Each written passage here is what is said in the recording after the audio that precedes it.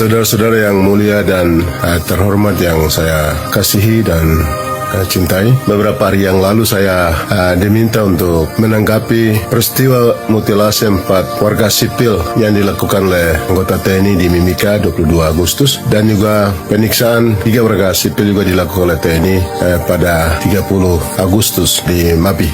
Saya melihat bahwa kejahatan atau kekerasan negara yang terjadi seperti ini kita harus lihat secara utuh, tidak bisa lihat secara parsial, karena kekerasan negara yang baru saja terjadi pada tanggal 22 dan 30 Agustus itu bagian integral yang tak terpisahkan dari rencana negara, karena dari waktu ke waktu sejak tanggal 19 Desember 1961 sejak Insinyur Soekarno mengeluarkan maklumat Trikora, itu sesungguhnya itu gedang perang, amanat perang. Sejak itu ABRI waktu itu mengendalikan Papua dengan moncong senjata, dan itu mendapat legitimasi juga sejak 1 Mei 1963 dan dalam pelaksanaan PPRA 1969. Di sini legitimasi kekerasan negara, kejahatan negara yang terjadi. Dan ini kita sudah menyaksikan selama 61 tahun itu kekerasan dan kejahatan negara itu berjalan telanjang. Penduduk orang asli Papua direndahkan martabat kemanusiaan mereka dengan berbagai stigma, berbagai label atau mitos yang diproduksi oleh negara itu sendiri. Seperti GPK dulu,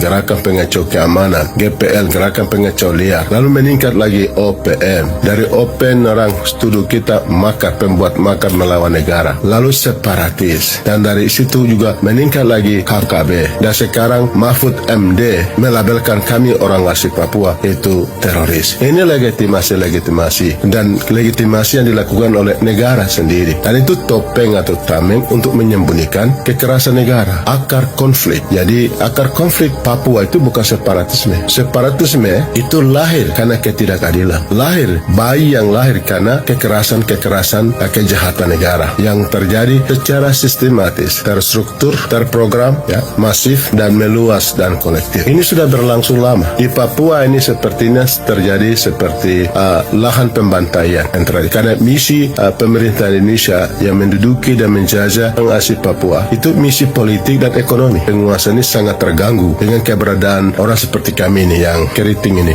dan kulit hitam seperti ini. Mereka sangat terganggu. Mereka melihat seperti kami ini penghalang. Tujuan mereka merampok, mencuri dan menjara sumber kekayaan alam kami di Papua. Nah, kita lihat bagaimana berusaha untuk menghilangkan kita. Coba kita simak saja pernyataan dari Hendro Priyono. Hendro Priyono mengusulkan dan mengatakan bahwa ya pindahkan saja 2 juta orang itu ke Manado sana. Di Manado orang Manado pindahkan ke Papua supaya mereka hilang. Ini kejahatan kemanusiaan yang luar biasa. Ini pemikiran yang sangat primitif dan sangat tidak manusiawi. Lalu kita lihat pernyataan dari Luhut Panjaitan setelah dia kunjungi ke Papua waktu itu Menko Polhukam. Dia katakan, ya kamu orang asli Papua pindah saja di Melanesia sana, pergi saja di Melanesia sana. Ini orang datang di tanah kami, di tanah leluhur kami, di hadapan kami, di depan kami. Orang pendatang ini dia bicara. Ini orang yang tidak tahu diri seperti ini. Orang barangkali sudah hati nurani sudah hilang. Ini. Lalu kita lihat juga seperti Pak Mahfud MD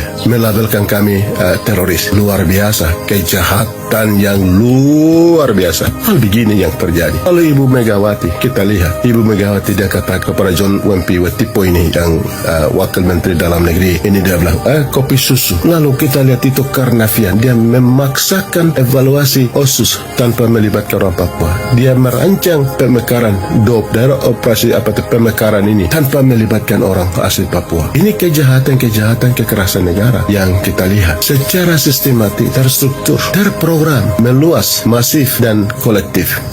Ini yang terjadi. Jadi kita lihat ini kejahatan negara yang seperti peristiwa mutilasi 4 orang yang dilakukan TNI dan juga penyiksaan yang terjadi di Mapi bulan Agustus ini. Itu kejahatan negara, pelanggaran HAM, kekejian, dan itu tindakan barbar yang patut dikutuk. Itu tindakan primitif yang tidak sesuai dengan era perkembangan hari ini. Jadi sekarang kita harus mendorong pemerintah Republik Indonesia untuk menyelesaikan seluruh persoalan pelanggaran HAM ini. Dan itu tidak bisa bisa disembunyikan dari kunjungan Presiden 15 kali ke Papua tanpa efek, tanpa pengaruh apapun. Ya seperti Gus Dur 1 kali kunjungi tapi ada dampak. Presiden yang punya wibawa, punya otoritas. Ini. Jadi sekarang bagaimana pemerintah Republik Indonesia menyelesaikan 4 akar persoalan Papua yang sudah dirumuskan, yang sudah dipetakan oleh Lembaga Ilmu Pengetahuan Indonesia LIPI yang sekarang BRIN. Pertama itu persoalan status politik atau penggabungan Papua ke dalam wilayah Indonesia dengan moncong senjata yang sampai hari ini penduduk orang asli Papua menggugat dan mempersoalkannya. Yang kedua adalah masalah pelanggaran berat HAM yang terjadi selama ini. Itu belum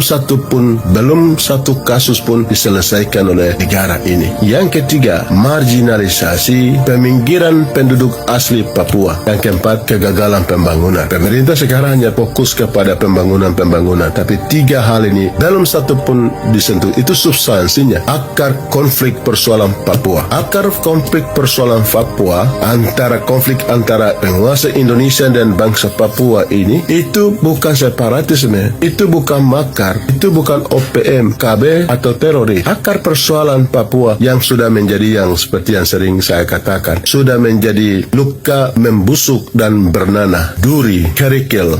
Jadi dalam tubuh bangsa Indonesia ini harus diselesaikan, yaitu rasisme, fasisme, kolonialisme, imperialisme, militerisme, kapitalisme yang menyebabkan kejahatan negara, pelanggaran HAM dan genosida penduduk asli Papua. Ini harus diselesaikan. Untuk itu, pemerintah Indonesia mau dan tidak mau mengundang Komisioner Hak Asasi Manusia PBB berkunjung ke Papua sesuai dengan desakan negara-negara anggota PBB, yaitu 80 negara dan termasuk juga Uni Eropa sudah menekan Indonesia atau mendorong Indonesia membuka akses Komisioner HAM PBB berkunjung ke Papua. Yang kedua itu Presiden Jokowi sudah berjanji mau membuka akses wartawan asing untuk berkunjung ke Papua. Juga kunjungan diplomat asing ke Papua. Dan yang terakhir itu negara pemerintah Indonesia duduk berunding secara damai setara antara pemerintah Republik Indonesia dan pemerintah sementara UMWP untuk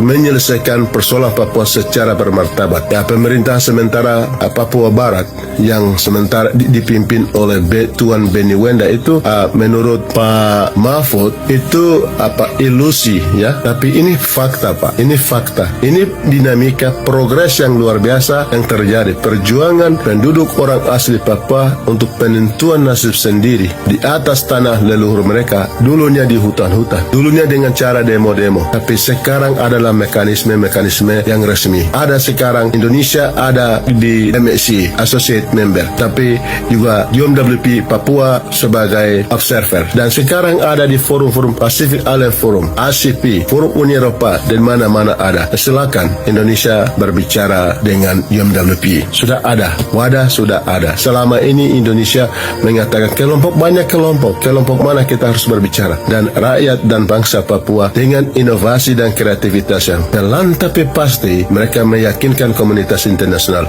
bahwa di Papua ada masalah pelanggaran berat HAM yang dilakukan oleh negara. Lalu Pak Insinyur atau Profesor Mahfud MD selalu katakan referendum itu tidak dijamin oleh undang-undang, tidak ada konstitusi yang menjamin itu. Sama itu sampaikan Pak, konstitusi negara Republik Indonesia menjamin referendum. Mukadimah pembukaan undang-undang 1945 menyatakan bahwa kemerdekaan itu ialah hak segala bangsa. Itu konstitusinya, ada ruang yang sangat besar. Kalau begitu Pak Mahfud MD silakan usulkan ke DPR RI untuk mengamandemen ini. Kalau sepanjang itu belum amandemen, pembukaan Undang-Undang 1945 bahwa kemerdekaan itu hak segala bangsa, maka rakyat dan bangsa Papua Barat telah punya hak untuk merdeka karena konstitusi negara Republik Indonesia sudah menjamin. Oleh karena itu, sudah saatnya pemerintah Republik Indonesia berbicara dan duduk berdialog di mediasi oleh pihak ketiga dengan pemerintah sementara UMWP yang dipimpin oleh Beni Wenda. Itu fakta Pak, itu realitas. Kita tidak bisa melarikan diri itu, tidak bisa menyangkal itu fakta. Itu yang saya sampaikan. Terima kasih.